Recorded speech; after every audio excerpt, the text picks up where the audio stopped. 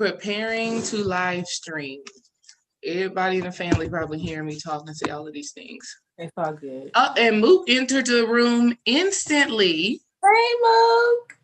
Let's see. Hold on. We are live. About to pull. Let me mute that. We are here. We are in the game. What is up, family? Let me change this from Greenwise.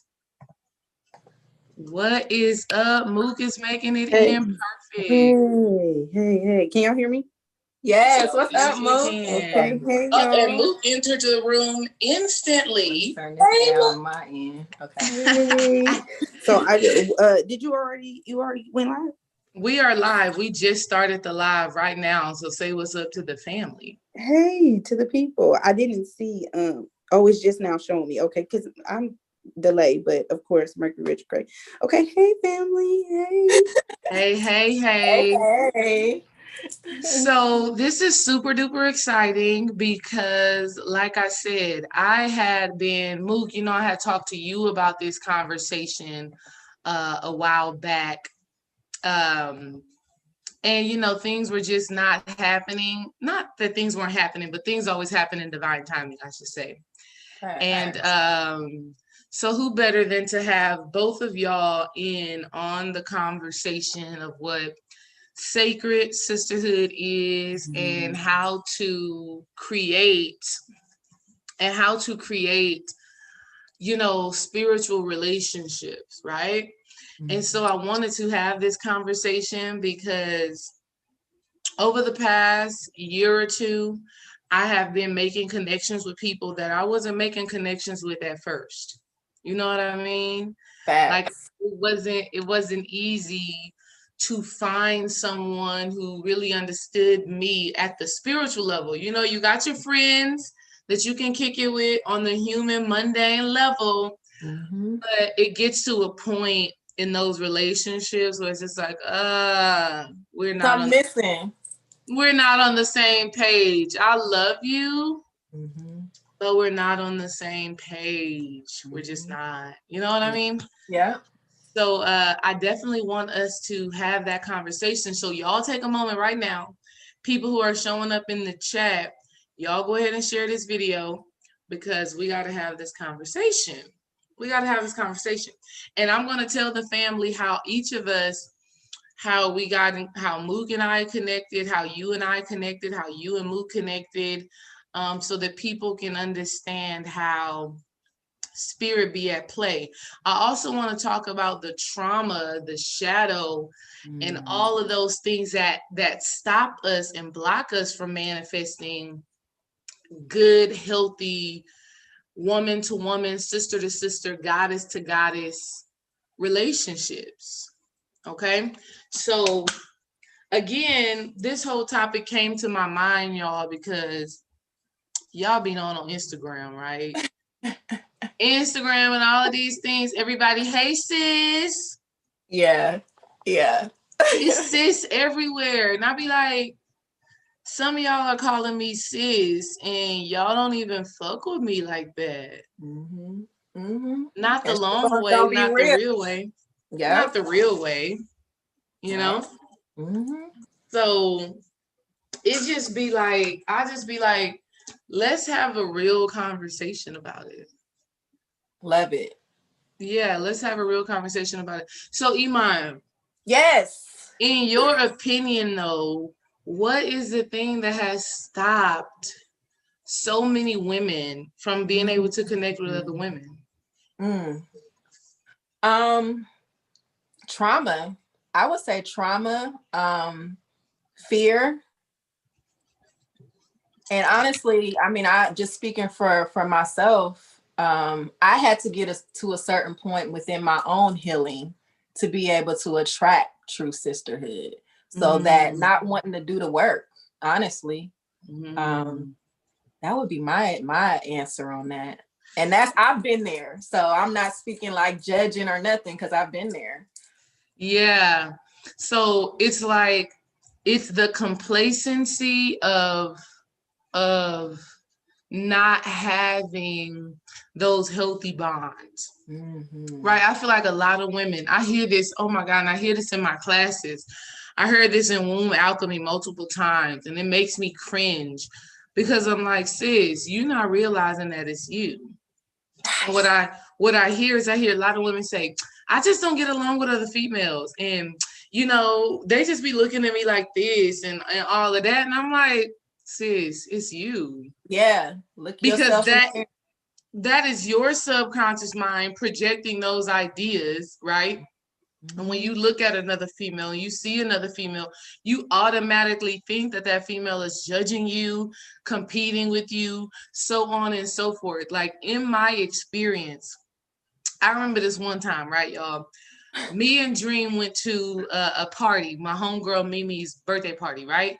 And it was crazy. I don't know why my friend did this, but she did this. For her like 26th, 27th birthday, she had a lingerie party for men and women to come. And so me and Dream went. I went in regular like pajamas. I had like just had our son or whatever. And one of my old homeboys was there with his girlfriend. And me, this is one of my homeboys from like elementary school. We grown as hell now. I've never had no interest in this dude in no way, shape, or form. So I see him, he introduces me to his girlfriend. I'm like, oh my God, hey, so good to see you. So glad you're in a happy relationship. Oh my God, that's so amazing. I'm happy for them. Right. Dream is like, babe, you gotta chill. You gotta chill. This girl looking at you upside your head. She pissed off. She think you want her man. I was like, and I'm telling him in my naivety, I'm telling him, no. Babe, that is not happening. How is that happening? I'm so pure of heart right now. I'm coming from a place of love. I have no interest in that brother. I am here with you. Our like 3-month-old. Actually, how old was KJ? KJ was literally just born. Wow. Our son is a month old and we're here. Why is this woman feeling away? Babe was like, I don't know, but I can tell you right now, she looking at you upside your head. And so that's trauma. Mm-hmm. That's trauma and that's fear. And that's this energy of not being able to trust women. And not being able to trust love. Like growing up authentically as just love. Yeah. And people get upset at that shit. Facts. Like, how dare you show up as love? I'm mad. I'm mad as hell right now. How dare you? How dare you show up smiling from ear to ear, all happy-go-lucky and shit? Yeah, but and it's so pure. But that also shows a lack of trust in oneself because as we grow and we learn that we are reflections, it's like, no, you don't trust yourself in this situation. You don't trust the person that you with in this situation. You don't trust a lot of things, but it ain't me. Right. You know what I'm saying? Yeah. You don't trust a lot of things, but it's really not me. You know what I'm saying? When a lot of times I feel like when we come into contact with other women being divine feminine women, and not all women have the ability to be divine.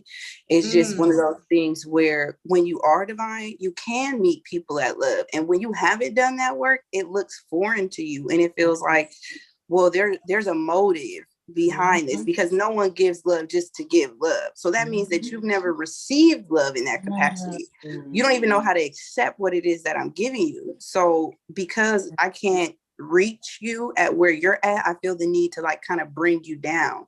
Right. Because if you come down to my level, then you can see where I'm coming from, which is like, no, I can stay up here and still see my perspective and maintain my perspective. But in order for you to see where I'm coming from, you would then have to raise up. And a lot of people don't want to do the work of literally just raising up. Yep. That's what I was saying. Yep. Just not wanting to do the work. So they upset because you did your work and you can show up and you shine and you can stand in your light, you can stand in your divinity, you can stand in your power. And it's like, sis, you got the same magic. Right. How dare you maintain a positive perspective? And the thing is, I've learned to ask and look at other women as examples. Like I have one friend, and this is when I was learning more about like sacred femininity and things like that. And I used to just be like, darn, like, how do I just soften up a little bit, you know? And I have a friend, and I'm talking about no matter what we doing, where we going, she is going to show up and show out. She's going to get dressed. She's going to look good. She's going to be positive. Like, she is a light in any room, and I love her to death for that. And just through viewing her as like, I can use her as an example and say, okay, friend, like, I see what you're doing. I see what you got going on. I celebrate that. And I know that I have the ability because I see it in you. Because I see that, I'm like, oh, okay, now I know how to do it. You know, it's like, okay. And I can ask, okay, what is it that motivates you to do all this? You know what I'm saying? I'm not scared to ask other women for advice or for, you know, help or assistance. And like, I see something in you. Okay, friend, you got a good, thriving business. I ask D-Ray all the time, okay, how should I do this? I ask them all the time, what do I need to do? I didn't even know how to work my YouTube. They was helping me. Like, I was giving them my passwords, like, D-Ray, help me, please. Like, they still have the passwords to all my stuff because I wasn't knowing, but I'm also not scared to ask for help. I'm like, there's no competition there. They know that me asking them and going to them for guidance is more so like, I'm admiring this within you and not feeling like, oh, well, this person's going to take what I have. Right. No competition. It's just inspiration. Right. It's just inspiration. You know what you said, Mook, right there, that's the trauma point, or that's the trigger. Women feeling like you are going to take what they have, because since little girls, we have been trained that, one, you got to go out and get what you want. You got to work hard for what you want. You got to work hard for your man. You got to work hard for them grades. You got to work hard to get that recognition. You in competition with everybody. And don't you dare let the cleanup woman come and scoop up anything that you leave behind. Right. These are things we have been learned as young. We have been taught as young women, as girls. But listen to the music. Even listen to, I had to even change what I was putting into my system because there's so many. And one of my favorite songs by Salt and Pepper was "I'll Take Your Man." Oh, and that shit, it hit too. That's but look at what that perpetuates. That I have to watch my back from my own. Oh my God, terrible. Because I will take your man. Like, I'll take your man. Like, period. And I'll take your man, and with conviction. With conviction, I'm gonna tell you exactly how I'm gonna do it, and there's nothing you can do about it. And it's one of those things where I'm like, okay, I have to really scale back because I don't want that to be in my system, in my actions, in any type of way. Like, I pull back from a lot of situations where it's like, I cannot do this to another woman. You know what I'm saying? Because I'm like, if I was that, and I have been that woman where someone was doing things behind my back, and it was just, it was so embarrassing and so heartbreaking because I'm like, I always come with love, so why do you feel the need to do this? And it's one of those things like, you can't reach me where I'm at, so you want to do whatever you can to try to bring me down. And so that was a reflection of me. Now that teaches me discernment moving forward. That was a lesson like, oh, let me have more discernment because I'm attracting people who feel like it's okay to interrupt my boundaries, right? And so it was like, okay, well, now I know to tighten up. And number two, I'm still going to be careful of that because I don't want anybody else to feel how I felt in that moment when I knew that someone was, you know, going behind me and, you know, whatever the case may be. So I also understand to approach things from a, what lesson do I need to learn? Like through this, you know, and moving forward and moving accordingly, because everyone is also, we have to realize that every woman is not going to be a sacred sister. Facts. Everyone's not going to be Iman. Everyone's not going to be D-Ray. Everyone is not going to be that way. And it's like when you realize that some of those 3D relationships, like, okay, let me hold you here because if I bring you any closer, then this will dissipate. So hopefully I can show you through my actions how to be a friend to me. And if I can't, then I have to keep you at an arm's length. And, you know, more times than not, I'm just not going to keep you at all because I don't want to have to watch or have to worry. As soon as I get in that space, oh, there's something triggering me here. Okay, is this within me or is this something that spirit is bringing my attention to? So let me ask y'all this question, because I think these mental habits, these emotional habits that we learn, they come from somewhere. They come from inside of your household. So answer me this: how do y'all feel the mother-daughter relationship affects women's ability to connect with other women? I can't believe you asked this question. I was just thinking this. So for me, my lesson, and it was a lesson in the direction of sisterhood is not real, came very young, 8 years old. My stepmother was my mother's best friend and business partner. So at 8 years old, I see my mom, who is now my stepmother, you know, with her best friend, with her business partner. I'm a little girl hanging out with them. And then 4 years later, my parents go through a divorce. And now this woman that was her best friend, business partner, is now my stepmom. Wow. So that was my concept of sisterhood. Can't be real. Like, huh? Like, even at that young age, like, but I love this woman.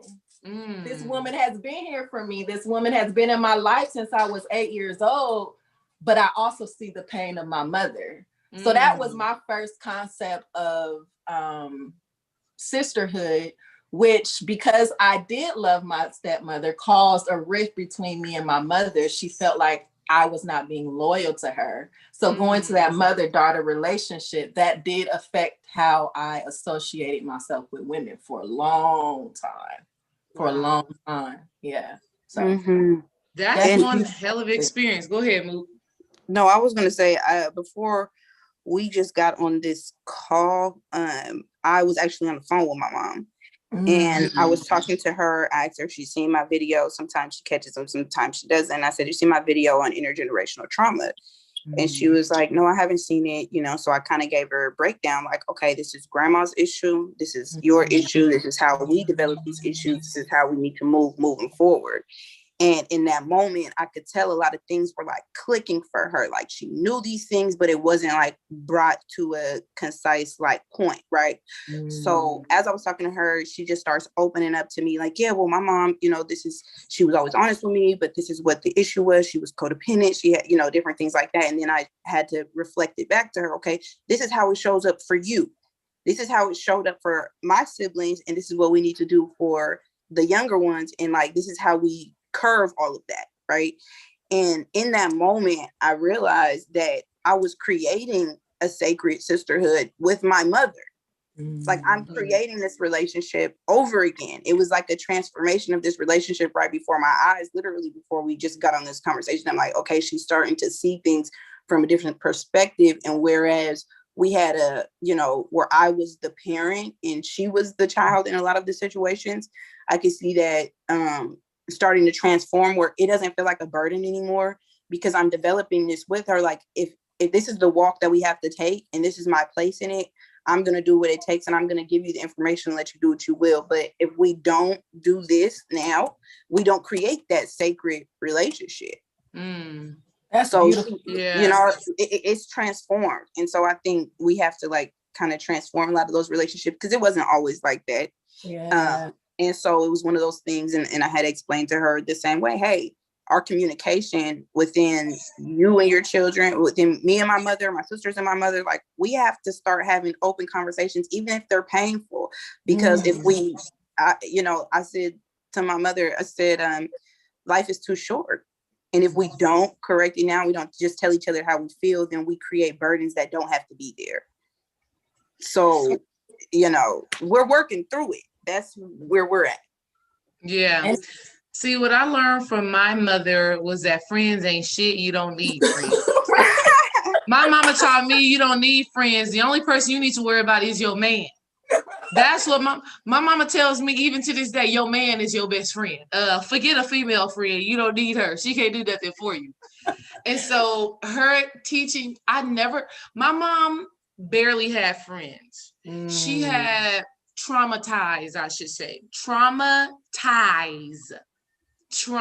connections. That's what she had. Trauma bonds. That's what she had. Which was whenever one of her homegirls or whenever the lady that lived in the neighborhood was struggling to pay her bills, she would let that woman and her kids come stay at our house for a couple of weeks till they got on their feet. And then boom, a month or two later, it may be our turn to go stay at their house for a couple of days, couple of weeks till they got on their feet. That's what she had. She didn't really have friends. She had it to where, damn, you struggling, I'm struggling too. Well, let's come together for this rent. Let's come together for this rent. Let's do that. So she kind of showed me that. She showed me the more lower vibrational side where there's nothing that's just one way, right? Because the law of polarity, right? Every truth is nothing but a half truth, right? Everything has its opposite side of the coin. So the other opposite side of the coin is they're supporting each other, they're helping each other rise up. But on one side of the coin, they could be helping each other to stay in the same place and not make the adjustments that they need to make to continue to grow. Yeah. And I think that's a major part in sacred sisterhoods, and that is being able to have those challenging conversations like, look, you tripping, look, you still doing old shit, look, you wonder why your relationship is doing this, or you wonder why your life is doing this, is because you are not making the mental, emotional, spiritual changes that you need to make. But like I said, my mother also kind of taught me that all you need is your man, and that is not true. That is definitely not true. That is not true. I wish my mother would have had female friends after she got out of her struggle, out of her brokenness. I wish she would have had female friends, because as an adult woman, you need someone who you can bounce those energies off of. You need somebody who can be a second mother to your child when you got to go to work, when you got to do this, when you got to do all of those different things. You want to have somebody that you can rely on. And sometimes your man is not going to understand what you got going on. Dream can't understand everything that I'm feeling and doing, being pregnant and this and this and that, and being in this feminine energy. He can't understand it. He could try his best to try to fathom, but he can't. And so my mom, her not having female friends made her really masculine, though she had a man. Yeah. Made her very masculine. So she was a doer. Go, go, go, go, go, go, go, go, go. Well, that's the only, you have to look at it like from a heart chakra space. It's like, that's the only energy exchange that she's receiving. So my relationships with you and the other like beautiful women that I have in my life, that's a exchange of feminine energy. So there's something nurturing in that. So it's like, you, instead of creating this like masculine energy of like, it's cool, we gonna just move past it, we're not going to really address it and deal with it. You know, when I talk to D-Ray, if I call you and I say, you know, this is what's going on, like when what happened with the school thing, D-Ray, when I call, and I said, since I am livid, I was livid they was messing with my baby up at that school. And I called you and say, oh, you need to call me ASAP, or it is going, because it was like, I could just feel like I'm about to unleash some scare. I'm going to the altar as soon as I get home. Yeah. And it was like, no, sis, take a breath. Yeah. Calm down. Don't let them get you there. And I'm going to call you in a second. So I'm like, okay, cool. You know, because if it would have been that fuel to a fire, like let it have been, you know, one of my male friends, they was, yeah, go up there, shoot the school up, do whatever, you know? And I'm like, no, that balance for me is like, okay, I can come to you, and there's a vulnerability in women that you can trust. Like, I can be vulnerable with you. I know my secrets are safe with you.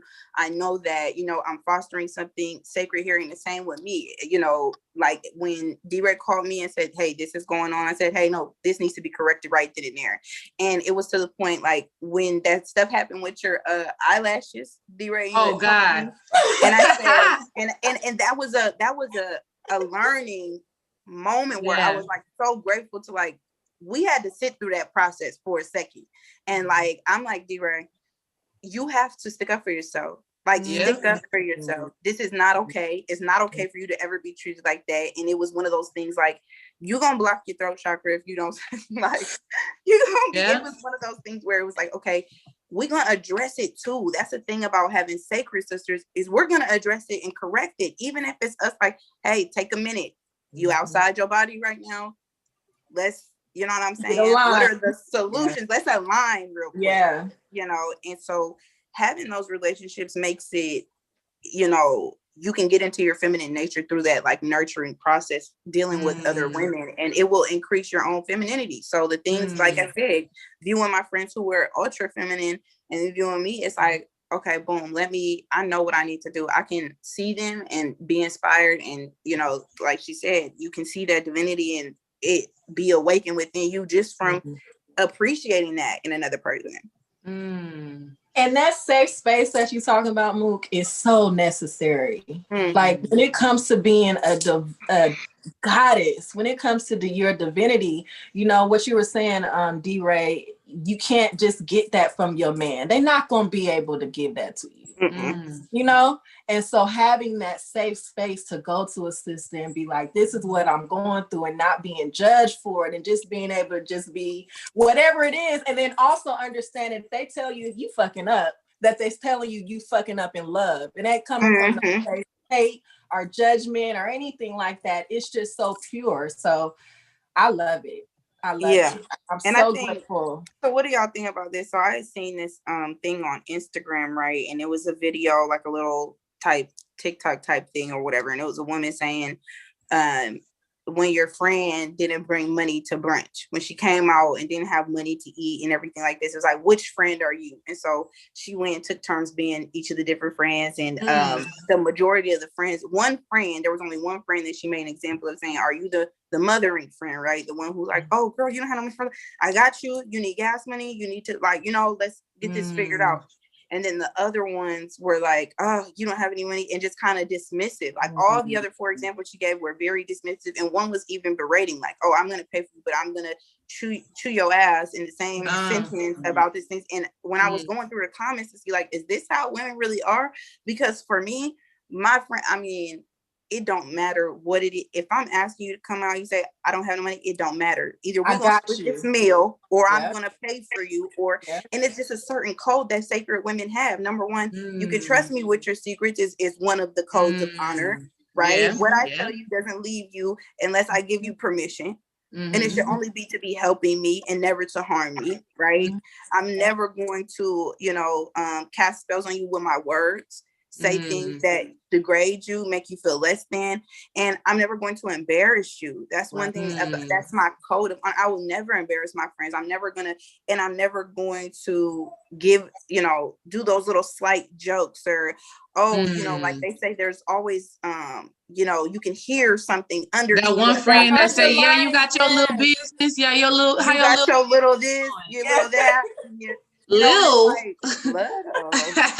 A little. It was a pop-up shop. I have it.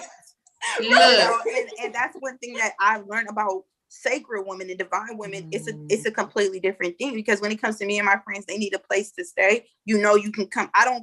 My house is so small. I had so many of my friends come stay with me, and they always be like, you know, I thank you, I appreciate you, and things like that. And I've learned to like take that in, you know, as a thing to be grateful for. But I remember growing up, even my dad taught me this, and this is how I've always treated the women, you know, and the people in my life in general, but my women friendships. My dad would always say, he'd give us some food, buy us some food or something. We go out and we'd be like, thanks, Dad. He'd be like, you don't have to thank me for doing what I'm supposed to do. It's an honor. And when my friends need a place to stay, they need some food, they need some clothes, they need a shoulder to cry on, and they say thank you, this is what I'm supposed to do as a sacred divine feminine woman. I'm supposed to have your back. I'm supposed to be there when, especially if I'm up. And even if I'm down, I remember me and my best friend in college, I would have $5, $10. I'd be like, let's go get some food. She'd be like, I don't have no money. It don't matter. We're going to split this 10 in half. You get 4, I get 4. We got money for tax and whatever else. We're going to split the rest. Yeah. That's how we made it through college. Literally. That definitely, like, but listen, that definitely. I got the ramen. Yeah. That definitely is supposed to happen, and that's how it should be. And I have a friend named Eva who is the most giving. She is my friend who is always in servitude. We went to a baby shower. We went to a mutual friend's baby shower 2 weeks ago. Eva is not the host of the baby shower. She is not the one that put it together. She just came to the baby shower like the rest of us. But naturally, she's going to go in the kitchen and start making the plates. Because in her mind, she's like, these older ladies, the mamas that are here, the grandmas that are here, this is not something they should be doing. She's going to be making the plate. She's the same way. She's going to give, and be of service. But something that she doesn't do is take care of herself well. She's not of service to herself the way that she is of service to other people. Right? That balance. She can recognize something within me that I need to address, and she can tell me about it, and I can take it and all of that stuff like that. And she can recognize something within herself that needs to be worked on and dealt with. But because she works at a food bank. Like, this is the type of person that she is. Giving, but is not doing the work or not giving that same energy to herself. So here's the thing. Yes, we can give to our friends in love, in sacredness, and all of those things. But a lot of times these relationships are out of balance. Mm-hmm. Yeah. And it's whether just with yourself or with others. And it's a reciprocity. Yeah. So when I speak on reciprocity, and I find it very funny because I looked at my subscribers today on YouTube, and I was cracking up because after my intergenerational trauma video, I lost a lot of followers. I said, "Oh, y'all didn't like that." I said, "Dang, I didn't hit y'all where it hurt." I was like, "Oh, okay. It's okay because the ones that necessary. Need to do work, that's okay. We're gonna clear out what don't serve us and keep it pushing." But I realized that a lot of people, with the reciprocity thing. When I spoke on reciprocity, I always tell, D-Ray, if I come over there and I say I need something, this was just literally when I came over 2 weeks ago, a week ago, 2 weekends ago, maybe about 2 weekends ago. And I said, okay, y'all, I need some stuff for my altar and things like that. And it was like, oh, okay, give it to me off the rip. And I said, how much do I owe you and everything like that? And D-Ray, she's like, well, I don't know, ask Dream how much she owe you. Dream looking at me like, well, why would you owe us something? I'm like, we're not going to do that. Yeah, I said, we're not gonna do that. I'm gonna, because I appreciate y'all. But they know anytime I come over to their house, I come bearing gifts. There's something for everybody. Hey, I got this for y'all. I got this. Girl, we still eating them popsicles you brought over here. But was they good? Girl, simple things. But it's one of those things where I appreciate what y'all do for me, even if it's something that you're not aware of. Even if I watch a video in the back end that I maybe didn't catch live or something like that, every time I see y'all, I'm going to show love. Anytime I think of y'all, if there's something that comes to my mind, it's like, because you appreciate and you understand energy exchange. If I ask, anybody, I ask them something, I, send a message to one of the other, soul family members, hey, like, can I ask you something real quick? Even when I asked Brother Yosef, but this is just sacred relationships in general. But even I asked Brother Yosef, hey, I got a question. Can I ask you this and this and this? And so I was like, yeah, I'm gonna send you a donation, and Brother Yosef was like, you don't gotta send me nothing. Like, why would you? And it's like, because we're in a space of understanding that energy exchange, it's like, it doesn't even matter. I'm gonna do it anyway because I appreciate the time you take out to give to me. Right. And so that has to be honored. And I think that's the reciprocity, and it's like, if I do something for you, great, you do something for me. And it doesn't always have to be physical. It could be so many different ways of, like, if I share or repost your stuff or whatever the case may be, I'm showing the love, like, I'm going to show you that love. Right. Yeah. And let me say something, D-Ray, just about you and Dream. Okay. The way you guys show up for people, I mean, hats off. I mean, the love that you guys exude.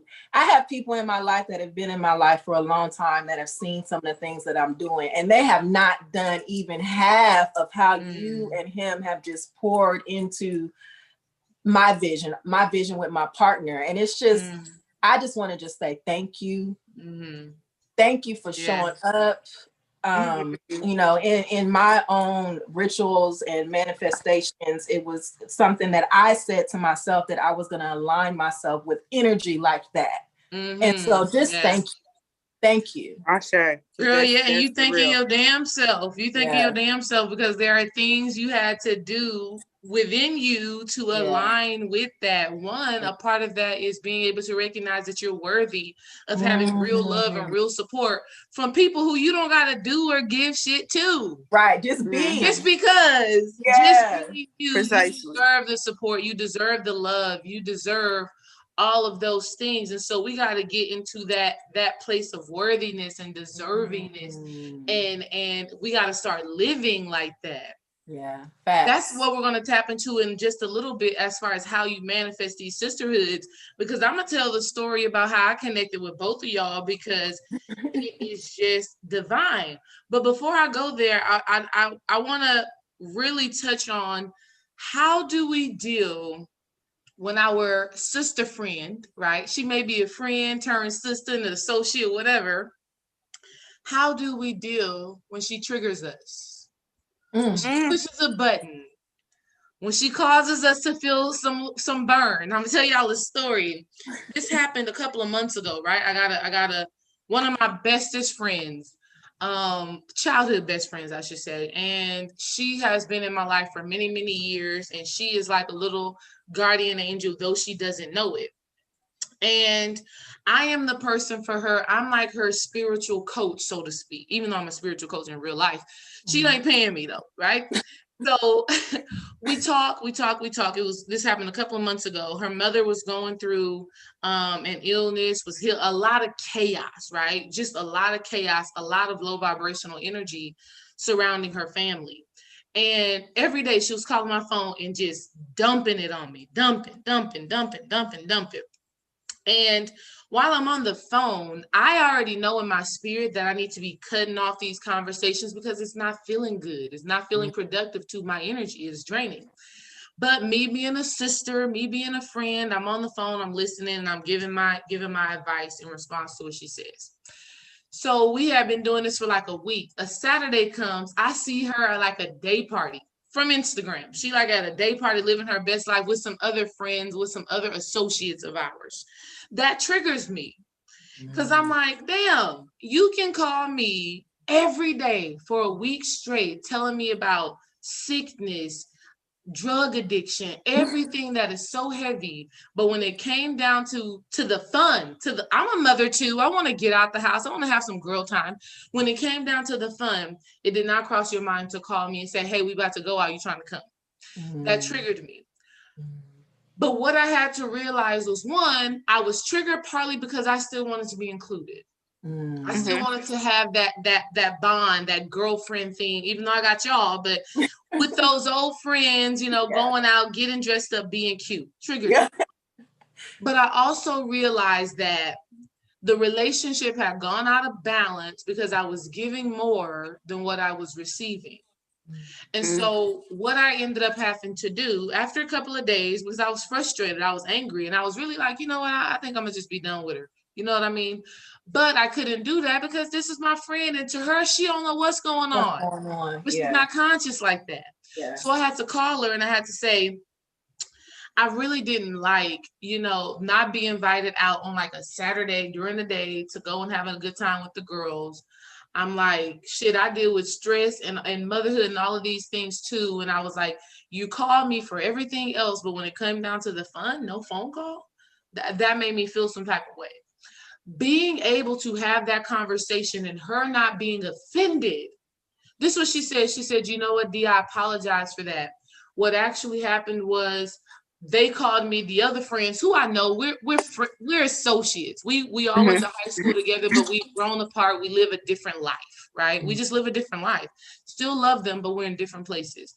She was like, they called me at the last moment, like right when they were leaving, and was like, girl, we're about to go have drinks. You want to come? I was really second guessing going, but my husband said, go ahead and go. And that's how it happened. If it was something that was planned, I would have definitely let you know. My apologies for making you feel that way. You are the only friend that I can talk to about the things that are heavy, blah, blah, blah, blah, blah, blah, blah.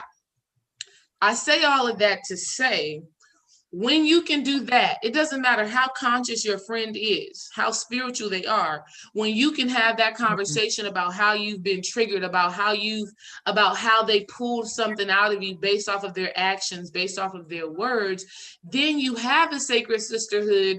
No matter what no matter their level of conscious, they don't got to be into tarot cards, oracle cards, and pendulums. Yes. They don't got to be into that. But if they are willing to support you in your growth and your evolution, and you are able to do the same, then you got something. How do y'all deal when a friend triggers you, or you trigger them? Is it an automatic cutoff? Because if it's an automatic cutoff, then that ain't the friend. It's just okay then. Yeah. See, you go ahead. Iman, you wanted to go? No, you go, Move. I got it. Okay, I was gonna say, my situation, I had a similar situation to that, but it was a little bit different, right? And so, with you saying that, one, I applaud her for recognizing that was her recognizing the worth of the friendship. That was her recognizing your divinity. That was her saying, no, this is not something I'm willing to just let go because I can't let go of it. Hold on, I can't let go of this. This is not something, hey, I'm gonna get my shit together. I apologize. You know what I'm saying? And so I had a similar situation happen where it was a very, like, I went through a karmic cycle with friends here. Again, you know, I'm not from here. So I was meeting people, and then I had some friends from back in the day, and one of the friends from back in the day, we had moved probably like an hour or so away from here. And so she would come up on the weekends and want to go party and things like that. I had a very trying situation happen in that, in which I didn't really feel like she supported me in the way that I needed her to. So when she came, randomly, she came out here. She didn't call ahead of time. She didn't say, hey, I'm coming out there this weekend, like nothing. And there's like long periods or gaps where, you know, we're not communicating. It's only when you want to come out and party, right?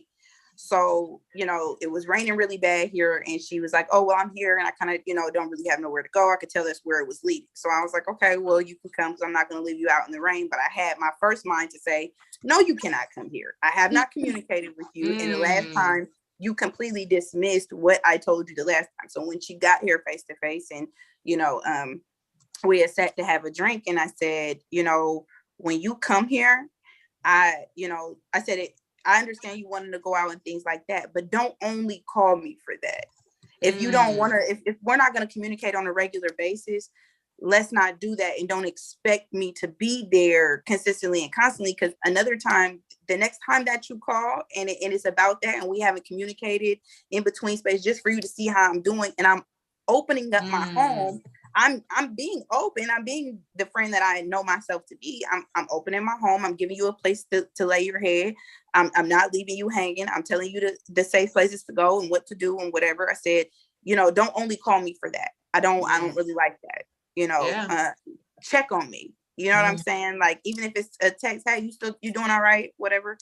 And so in that, be a friend, not a user, sis. Right. Yeah, it's opportunists. Don't be an opportunist.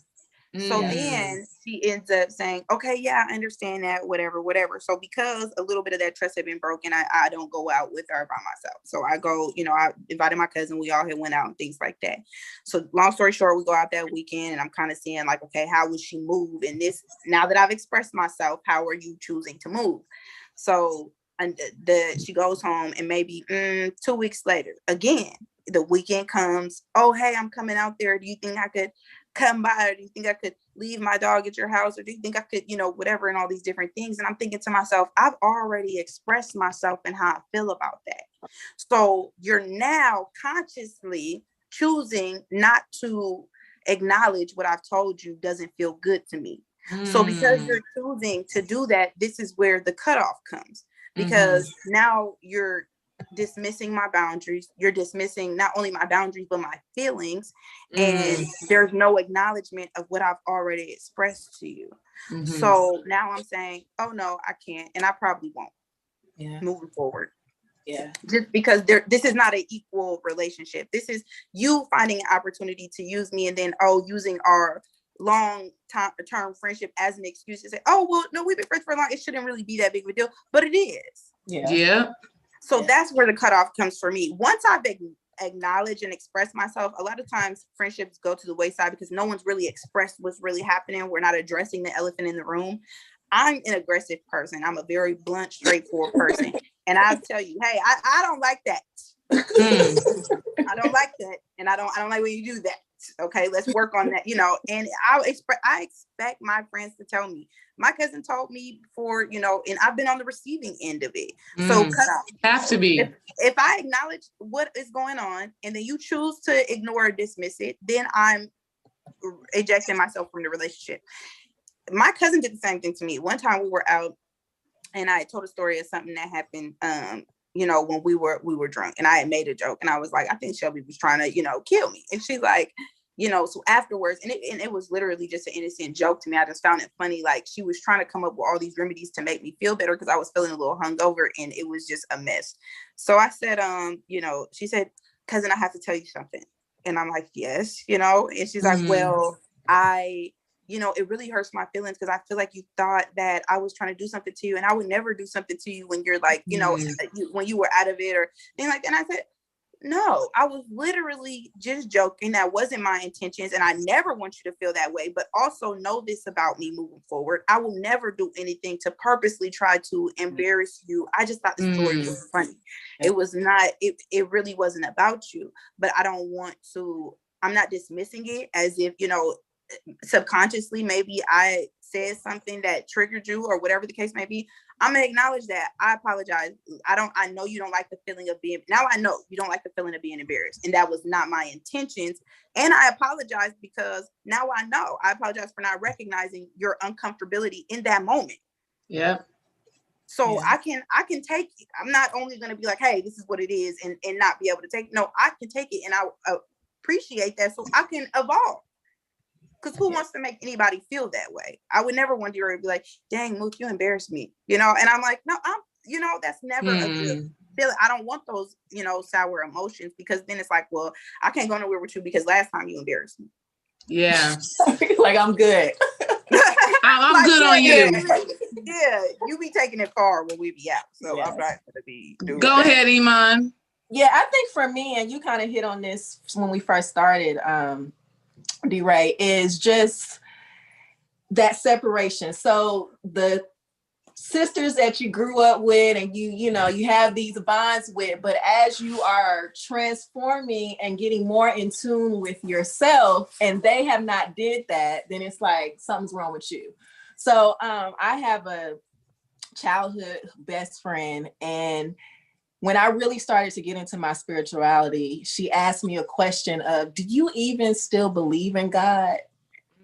And so for me, it was just all the love I have poured into you, all the times you've come to me crying, all the time I have just given, and you're going to ask me if I believe in God.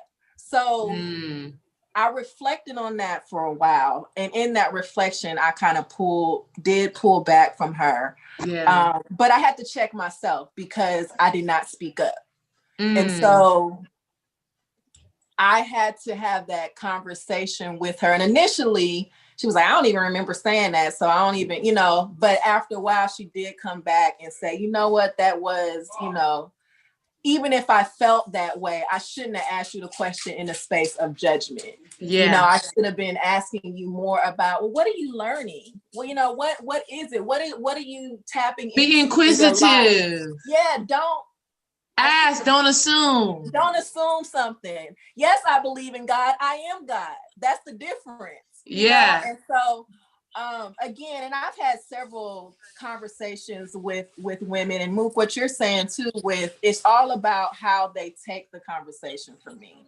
If I'm coming to you being vulnerable, being transparent, and you can't even, maybe you don't agree, but to some extent, validating that you hear me, and then making the decision, maybe our friendship does need to shift. That's okay too.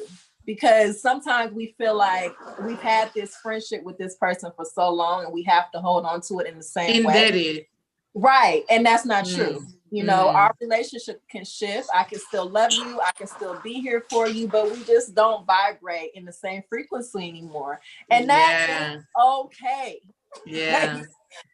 So that has been one of the main areas for me recently is, as you're transforming, as you're transitioning, some people will kind of fall off and hold different roles in your life, and being able to detach from that.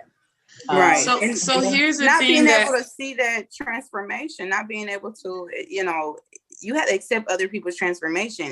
Not to cut you off, D-Ray, but it's the same that I see.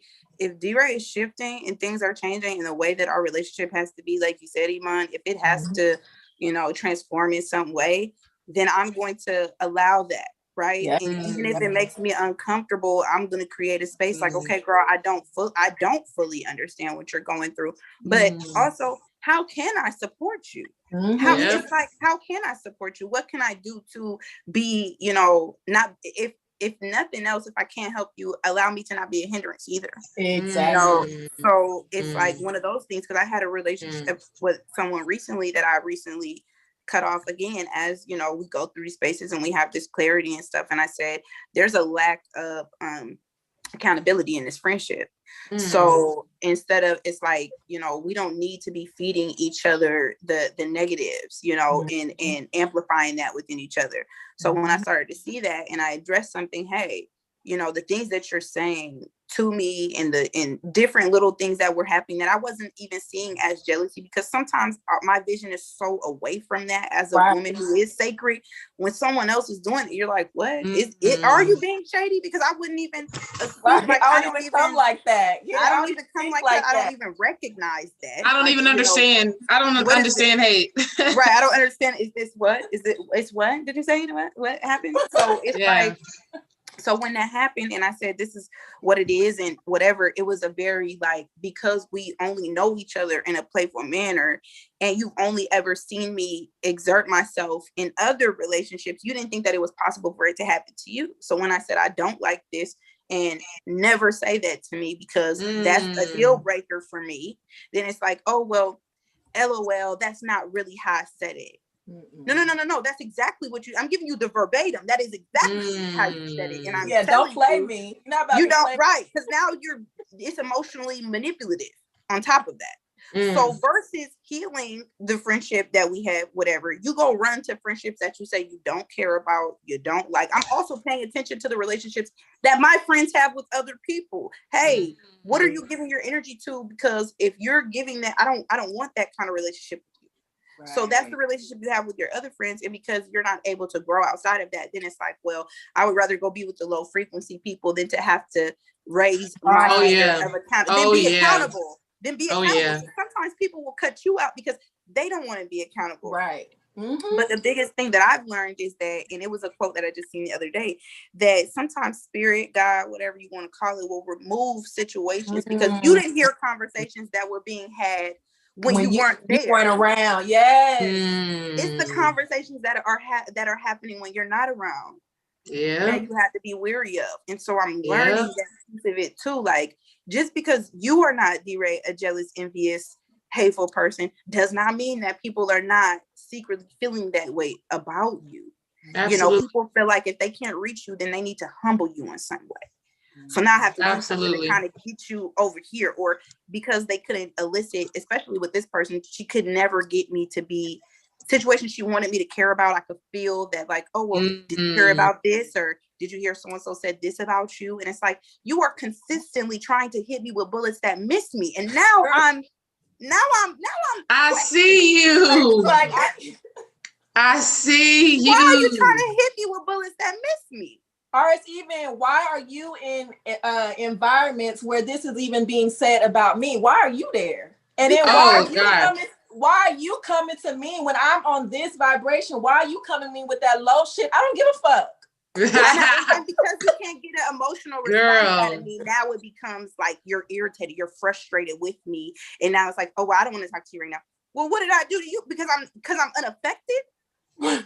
Because I'm unaffected by your nonsense, now it's an issue. And so you'll lose friendships in that way too. But I also understand that, you know, with that, it's like I'm really not losing anything. I'm gaining my wings to say that I'm not so codependent and so dependent upon other people's validation that I cannot be true and honest to myself. And to say that I deserve, that's that worthiness that D-Ray already mentioned. Yeah. I'm worthy of fostering relationships that can help me to succeed in my evolution. Facts. I'm worthy of these relationships. So no, I don't have to deal with that. So sometimes people are like, well, I don't want to cut them off. I will cut you off. Create space for what you deserve. Well, and I'm making room because now I can create where those two friendships like, okay, well, Iman, come on in. There's room here now. I'm sorry there was no space for you before because I was fostering relationships that didn't belong. So since I'm sorry I wasn't recognizing that we have something here, Let me open this space up. I apologize. Let me come back in love. Okay. Forgive me. Take me back. Okay. I'm back. What happened? Like, see, it's so crazy because I've never been a woman or a girl who had a lot of friends. Me neither. I've never had a lot of friends. And I got homegirls. I told y'all I went to a baby shower 2 weeks ago. It's like 20 girls here. You know, she told all of her close friends to wear white to the baby shower. It's 20 girls in white. I'm like, damn, you got a lot of friends. But here's what I recognize about that specific friend. If you cannot be alone, you will connect with any and everybody, even though it doesn't serve your good. So you're cultivating a false sisterhood that is really based off of your inadequacy or your inability to get quiet with yourself. Say that again. So that's what I had to recognize. That's what I had to recognize. I had to recognize I don't have so many friends because if I had too many friends, I'd be distracted. Right. And I would miss out on the things that I needed to gain. So I had to cultivate quality relationships and compartmentalize these friends. I know what you are the friend for. You're my friend. We're going to go eat some food together. We're going to do that. You're my work friend.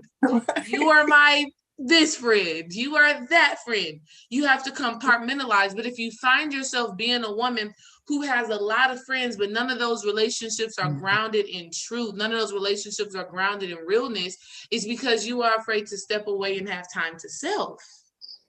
Yeah. And those relationships should be expanding you in some way. They got to be expanding you in some way. They got to be growing. It can't be about, let's hit that brunch. Let's hit that. Let's do this. Let's do this. Yeah. I got friends. I got associates, right? Old friends. We used to be friends in high school. All they love to do what they love is smoking weed together. That's their thing. No, seriously, like that's their thing. Like every single time I go to an event, they doing the same thing, rolling up. And it's a lot of them. And I'm just like, so the codependency is real, and it is because you are afraid to have that time alone. But here's the thing. If you want to cultivate sacred sisterhood, you got to tap into your sacred self first. You got to tap into your sacred self first. You have to understand what makes you divinely you, so that when you connect with other people, you show up and you have something to bring. But not only that, like Diamond of Light just says, you get to reflect sacredness and you get to receive it. So when the triggering happens, because that's not to say that Mook or Iman won't ever push a button, because I'm sure they will. They will push a button like a mother sucker, right? They're going to push a button. But because I know we're on this spiritual path, I am able to be reflective within myself and say, what is she teaching me right now? What is she showing me right now? What am I frustrated with her about right now? What's the root? What's the root? And we can have a healthy conversation. And because we are both on this sacred path, you are going to hold space for me to do my healing work. So when you are not healed and you are in a sacred relationship, if your friend is triggered, because your friend will get triggered, your friend will feel away. It's just going to happen. That's the point of the relationship, so that they can teach you something about yourself. So when that happens, Iman, you need to be able to accept, okay, Iman, I felt this way. But if you get triggered by me saying that, then it's like, okay, well, we both got some work to do. Right. It is not an automatic thing to say, okay, let's just be done with each other. But we're going to honor each other and understand what relationships are. This is what relationships are for. And I think you have to be, go ahead, dear. Go ahead. No. So yeah, I was just saying, we have to really take that step back in our sacred sisterhood relationships and understand that even though you are on your path and doing your work, I'm on my path and doing my work, there are going to be things that we don't necessarily agree with, or things that make you feel away, and that is okay. Yeah, yeah. Being There's so able to much have learning that there. being able to have that healthy conversation, that is a vital part of a sacred sisterhood. Being able to have a healthy conversation, even if it means, you know what, I feel away right now, I love you, let me take a moment to really sit with it, and we'll come back to the conversation. And at least when we come back to the conversation, we can communicate with each other from a reasonable, sensible space, and not from that ego, trauma, I've been hurt by my girlfriend before space. Mm-hmm. And true, what I've noticed about a lot of my friendships now, because I have some of the closest relationship with the people that I'm related to, like my cousins, my stepsister, all of us were extremely close. Wow. And it's one of those things that I learned to sacrifice in my relationships with my sisters, because one thing is for sure is that when they need support, I'm, like my homegirl say, okay, I want to eat healthy, I want to eat clean. I sacrifice not going out and doing those things to be of support to my sister. So I'm going to say, beautiful. I'm going to scale back so I can support you. You know what I'm saying? What do you need in this space and time, so that I'm not, coercing you to do things that are not for you at this time, So like, even when, my sister said, okay, well, I need to stop, scale back on drinking. Okay, well, I'm not going to ask you to go out. I'm not going to do things that puts my sister in a vulnerable position. No matter what it is, I'm going to support you, and I'm going to sacrifice, even if it means like, dang girl, we always try to drink on Saturdays. Why you don't want to go out and drink on Saturdays? And it's like, no, okay, I'm not even, Yes, I need you to understand. Just come on, and not allowing our sister space to grow, so that you're not, keeping them back from whatever it is that they need to do. And it's one of those things where we support and we tell each other. Me and my friends tell each other, and even, I have a group chat with my cousin, my best friend, and another one of our homegirls, and we always in a group chat, we'll put our business ideas in a group chat. Okay, what we doing? Do we need to do a pop-up? Okay, well, somebody's trying to create this on Mondays. We're going to get together. We're going to do this. We're going to sit down. We're going to, whatever. And it becomes, I've seen our relationships all transform in that space, because if somebody says, oh, I'm going out for a job interview, we all in the text, it's yours, claim it. That position is made for you. That's all it is. And we're going to uplift. And, somebody said, one of my homegirls, their parents went through cancer. Just like when my dad went through cancer, put it in the group chat. Hey, this is going on with the family. Okay, we praying for you. You need to take your family some flowers. I'm not in Seattle. I can call my best friend and say, hey, can you go drop my mom off some flowers? You know what I'm saying? Hey, can you go check on my grandma? I'm gonna send you some money, put this at the door. Oh, don't worry about it. I got it. I'm gonna go grab her what she needs. Yeah. Beautiful. My homegirl called my other cousin, say, hey, Granny needs to go to the store. Can you go? I'm going to check on Miss Pearly today. What do you need me to do? That is showing up. That's showing up. Y'all want to know something funny? Y'all want to know something funny, though, about these different friends that we grow up with, these associates? And I'm going to talk about this because there's so many of you in the chat that are like, oh, I lost all my friends when I did this, I did this. When you get those groups of friends separated, they be wanting to glow up. When they are with you one-on-one, they really want to know. They really want to be, well, how you doing this? How you doing that? Y'all bought a house? You got a new car? You got a business? They want to know about that when they are not convoluted by all the other people that are supposedly in your circle. And here's the thing. You have to be okay with letting them go. I went Detachment. Girl, it's an attachment. Girl, let me tell you how I know. My same homegirl who had a baby shower 2 weeks ago, she had a birthday party in April. She knows that she can call on me for anything. So she called me, say, hey, D, we need to use a speaker and a cooler. Can we use that? Yeah, use that, whatever, I got you. I show up to the to her birthday party, and got good food. It's beautiful. It's great. I got one of my homegirls who we went to high school together. We stayed in contact through college and all that stuff. But right now, our lives are just totally different. You never taken a shot. Take a shot. Why you never drinking? Every single time we have a party, you never drinking. The party we went to before that, Iman, this is so divine. The party we went to before that for another friend, I was fasting. I wasn't eating no food. Why? Because womb alchemy started the very next day. And I was fasting for womb alchemy. But I said, this is one of my very best friends, one of my closest girlfriends who is supporting me through this evolution. So I'm not going to miss her party because I'm fasting. Go to the party, this same friend. Why you not taking a shot? What you fasting for? You trying to lose weight? I'm like, actually, no. I have a class tomorrow and I want to go into my class tomorrow. Clear mind, focus, ready to go.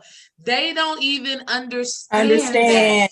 Yeah. They don't even understand that sacrifice to get to where you got to go. Every single time I've seen this same girl, it's the same question. Why you ain't taking a shot? Until I finally said, girl, I'm pregnant. She like, was you pregnant last time? No, I wasn't pregnant last time. I just didn't want to drink, boo.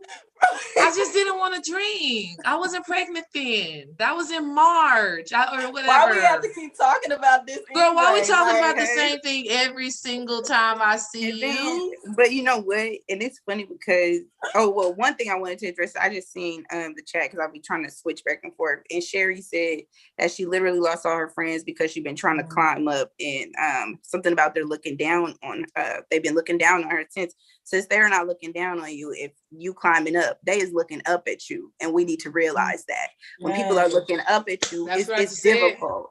You know what I'm saying? That's what I just said. You'll take one of them friends. You'll take one of them friends, Sherry. You'll take one of them friends. Y'all go out to lunch, go out to dinner or something. Just y'all. They're gonna be asking you all kinds of questions about how you are doing what you are doing. Does that mean that they're gonna change their lives? Absolutely not. But they are interested in what the hell you are doing. I will tell you that facts on facts on facts. Like when I get these friends one-on-one, like one of my homegirls, Mimi, she said, hey, D, I really want to learn about manifesting. Oh, well, you in luck. So guess what I did for her birthday? Her birthday was in March. I said, you know what? For your birthday, I'm giving you our class, Make Manifest, for free. That's a friend, boo. That's a friend. She told me she wanted to learn about manifesting in November. She told me that in November when we had that Friendsgiving, Mook. She was like, I want to learn about manifesting. I didn't even know that we were about to create Make Manifest, but we did. We created Make Manifest. Then out of nowhere, her birthday came. I wrote in a birthday card. I got her a journal, and then I wrote in the birthday card an access code for her to get Make Manifest for free. That's dope. Okay. So saying all of that to say, like y'all already know, one, accept the fact that in order for you to be able to cultivate sacred sisterhood, you got to cultivate your sacred self. Yep. You got to start to realize and recognize your value, your divinity. Thank you, everybody saying congratulations on the baby. Thank you. So you have to really start to love on yourself. You got to start honoring yourself so that you can connect with other women who are doing the same thing. Yeah, and it's so beautiful. Like and be around friends who will celebrate your wins. I realized that was a sign of people not fully being in tune with what I needed as a friendship, and maybe not even making myself clear as far as those needs are. But I'm the type of person you can share anything with me. I'm elated. I feel good, and I meditate on wins for my friends. Like when my best friend said he was going for a position at Amazon, really high position actually, and he said, I really want it. I'm really a little underqualified, and I said, okay, it's yours. We still, on the group that like it's yours. Don't you worry about it. So before I went to bed the night before, he found out that he got the job. The night before, I had went to bed and I said, Spirit, open the way, because if this is position for my friend, it's his by divine right. And I claim that he has what he needs. His needs are met, and he's more than enough for the position. That was literally my meditation the night before. He calls me the next day. He said, yeah, I just wanted to tell you, I got the position. No, he was like, I didn't get the position I went out for, but they offered me a position under it, paying the same price. Wow. And I said, Go I off. want you to know. I said, I want you to know that I want you to know that I said, I want you to know I prayed for you, you know, last night. And he said, I know you did. I could feel it because it felt like it was mine. He's like, I didn't question it the whole time from the interview to them telling me that. I never questioned whether it was mine. You know, I knew it. And that's what we do for each other. It's like, I'm going to support you. So when I get good news, because I had a lot of friends who would only call and give you the heavy stuff. I don't want to only know about I don't want it. Did you have anything? Can you tell me the happy news, please? Do you have anything to be grateful for today? Where's the happy news? Find it, Lord. Find it. Yeah. Let me tell this story real quick. Mook, I vividly remember we had only been knowing each other and talking to each other for like a month, Mook. So first of all, let's talk about how we connected. Got on YouTube. Right. I don't know how I came across Mook videos, but it was an instant resonance. I was like, damn, this girl is my sister. That's crazy as hell. And then out of nowhere, I messaged her. I don't know what I messaged Mook. Hey, girl, I don't know why, but I just feel like you my sister. And I was like, oh, you in Houston? Like, yeah, I'm in Houston. We met up at so this is so crazy. It's so amazing. So we met at Professor Griff. Professor Griff had threw an event down here in Houston. We met up at that event. Me and Dream had a table set up. Instant connection. Mook, it was all love because I remember on that day we met, I believe you gave me a money spill oil. We just met. It's the day we met. Instant hit it off. I think like a month later, you had gotten to your car accident and you had messaged me, and I knew you didn't have any family in Houston. It's late at night. I got kids, and me and Dream was just like, all right, I'm about to go and see where she at. We about to figure this out. It's like 10 o'clock at night or something in Houston, and I live on the west side. Mook is like in downtown. Yeah. I pull up on her. We only been knowing each other like a month, maybe two. Man, I pull up on her. And we start, it was just instant connection and spirit. That was spirit anyways. Like nothing else make that up. That spirit that I even had the capacity and that I have a supportive partner like Dream that is like, go do that. Go do that. Yeah. I got the kids. We good. So go to the hospital to get Mook or whatever. Mook and I'm taking Mook to go check on her car. Now, this is a very vulnerable moment for you, Mook, because your car is totaled. Your car is totaled and everything is in your car. Even we are just meeting as friends. You cried. And I remember one of your family friends, an old time friend, called your phone while we in the car. You just told this friend, I just got into a car accident. I'm just getting out the hospital. I'm bruised up. My car is totaled. This friend interrupts you and starts telling you all types of negative shit. Yeah, I just don't know why my family ain't doing this. I don't know why they just don't love me. I don't know. She complaining about her life.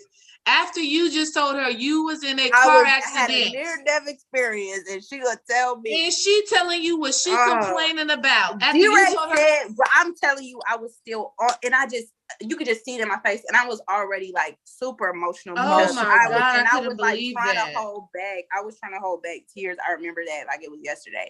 And D-Ray was like, "No, girl, go more in your car. Go more in your car." That gives I had to tell you, Mook. I said, because I was. Oh my goodness. Even thinking about it, I was like, Lord, I couldn't believe it. And Dira was like, no, go more in your car. It's okay. Just take a second. And I just went over to my car and was like, yeah, I just felt so defeated in that moment. And Dira was like, girl, no. She put her arm around me. And so I didn't have no shoes. Like I didn't have nothing. I got in the car and I remember Dira being like, I'm gonna take you home. What else do you need? Like, do you need me to go? Do we need to go get some medicine? We stopped at the store or something and everything. We did, yes. And then I remember, I grabbed my few little items out the car that I could. But I remember we was in the car and she started just going. I'm like, I just got into a car accident. I'm telling you, I'm bruised up. I'm battered. I'm defeated. Just got into a car accident, like, fresh out the hospital. She just starts telling my mom and my this and my dad. And D-Ray looked at me and she said, get off the phone with her. I had to tell you to get off the phone. She said, I had to say what? And I'm just looking at D-Ray looking at me like, you do not, because I'm such a supportive person. And she looked at me like, if you don't get off the damn phone. No, that wasn't right. She was like, you know, sorry about this. She was like, get off the phone. And I just, in that moment, was like, no, this person really got my back, because I was like, hey, I gotta go. You needed to hear that. You needed to hear that. D-Ray was like, because I was just sitting there and I'm just defeated. I'm just listening to this. And this is just making it all like 10 times worse, because I'm thinking in my mind, like, damn, you don't even care that I just, like, I'm having a moment of realization, like, damn, you don't even hear that I almost just. That hurt. That hurt me. Yeah. That hurt my feelings. And Dara was like, you gotta get off the phone with her. You got she was giving me too much to handle. I was like, sis, hold on, we're dealing with this, and you giving us something else right now.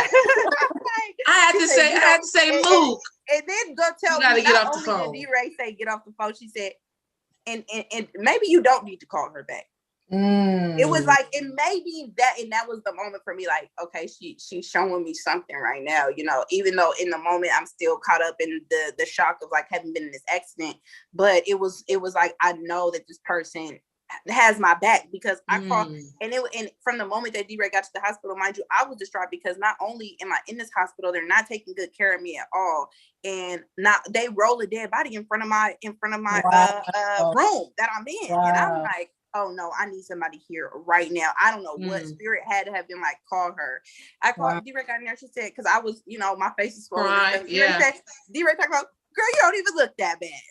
You didn't look bad at all. She was like, you don't even look that bad. I'm like, okay, friend, because I feel like, you know, I got a neck brace on. I'm like, I feel like I'm toe up, you know. And she was like, no, it's okay. And I was like in so much pain. And I remember D-Ray advocating for me. The nurse was like, hey, ma'am, she need medicine and she need to go. Like, I was like, oh, she did not come in here playing. You're going off with them people. I said, oh, this is my friend for real, because girl, that's the mama in me. I was getting ready to say that motherly energy. That's the mama. It was she was like, no, are you her nurse? And the lady's like, well, I just got on me. Okay, well, she needs somebody. D-Ray was going in on it. She needs somebody in here.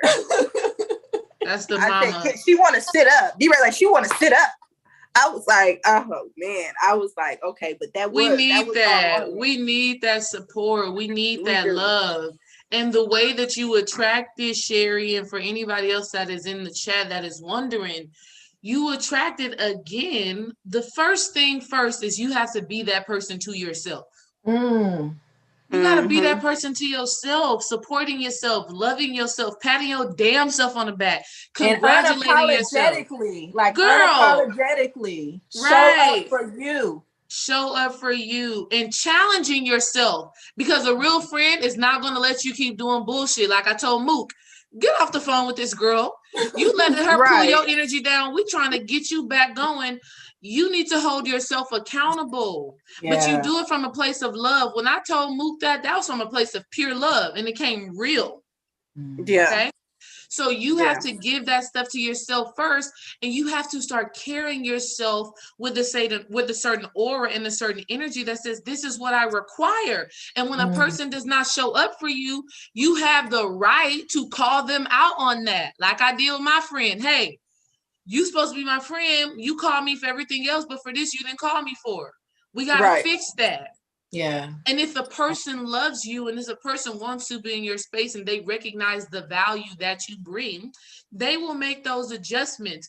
But if you don't speak up for yourself and you let people keep doing whatever the hell they want to do, or you keep on staying in these toxic circles because you feel like you need a friend, you will always be in a space where you need a friend. And it's not these relationships are not based off of need. They're based off of mutual respect. Yeah, that's true. They're based off of mutual respect. So sacred. Yeah. It's mutual respect, and it's a sacred thing. And it's like, you know what? I got something great to offer, and I know it. I know I'm dope as hell. Right? I know Iman is dope as hell. I know Mook is dope as hell. I can call both of y'all for some totally separate shit, and I'm going to get what I need. If I need some fire, I'm going to call Mook like, girl, I can't believe this girl just fucked up my eyelashes. And Mook going to give me that energy that I need. But Mook also knows when she needs gentleness, when she needs that Oshun energy, when she needs that sweetness, she knows she can call me, and I'm like, okay, Mook. Yeah. Right.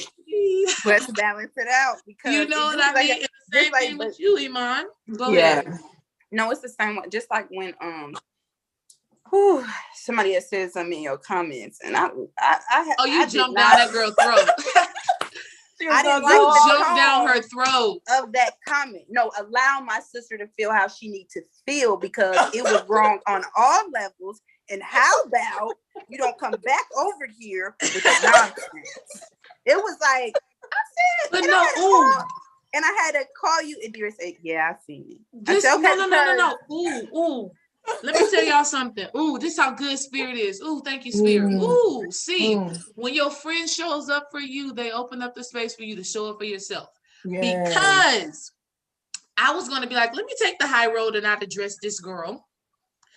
But when Mook gave me the okay, like, D, it's okay for you to feel the way you feel. And it is okay for you to respond to this girl, because here's Dream. Dream is like, nah, babe, you ain't got to respond to every message. Nah, just let it be.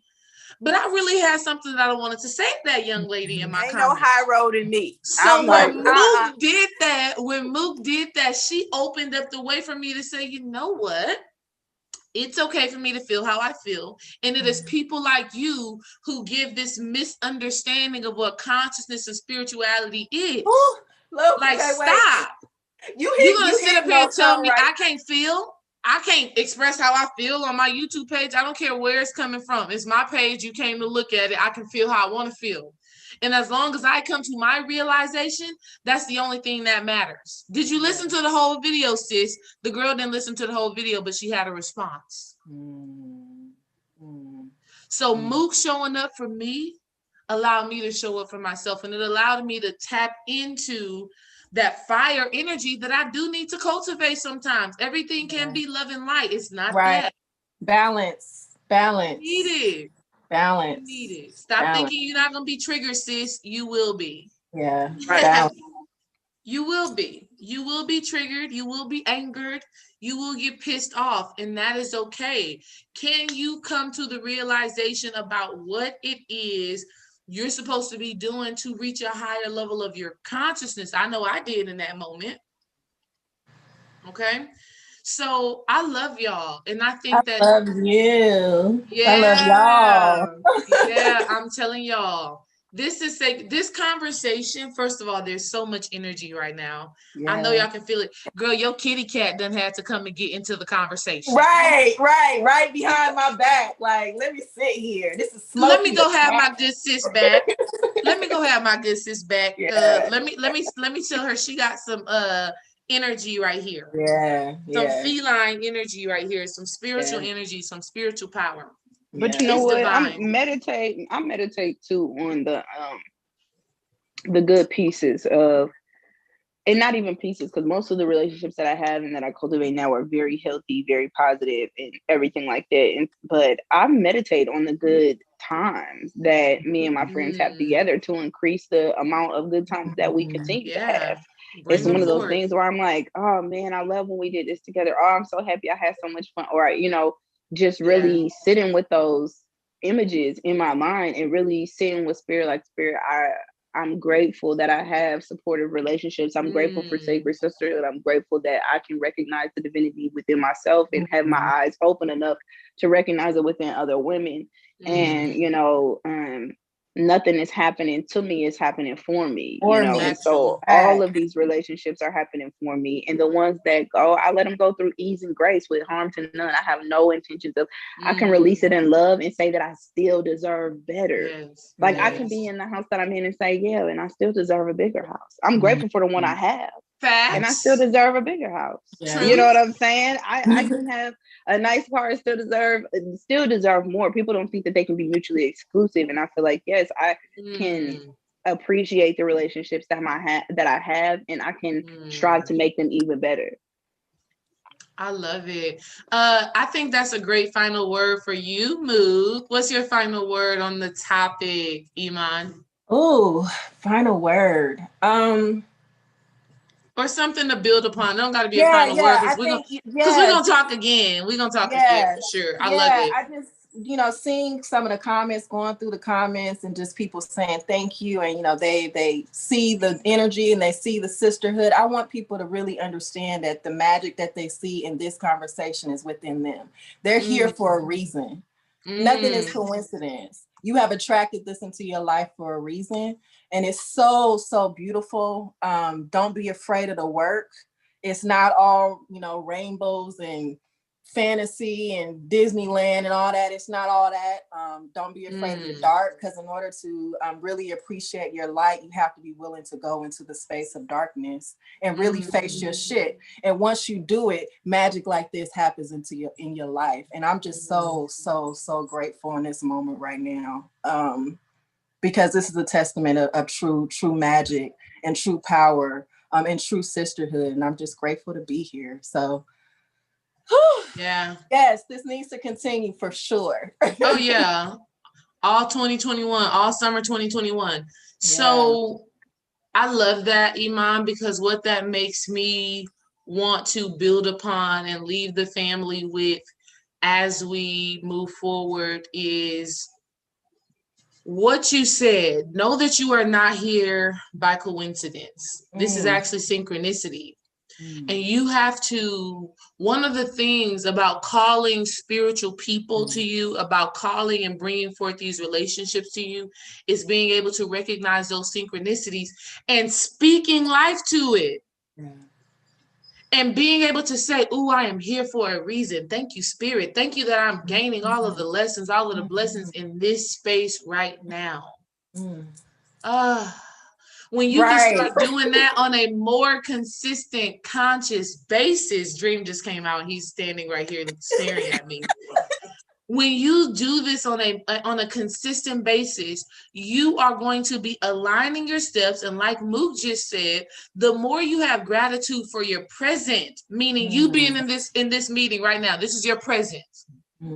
You having gratitude for your present right now and for what Spirit is doing on your behalf right now is the very thing that opens up more opportunities for you to have synchronicity with, for you to align with like-minded individuals, for you to align with just the love, with just everything that you desire.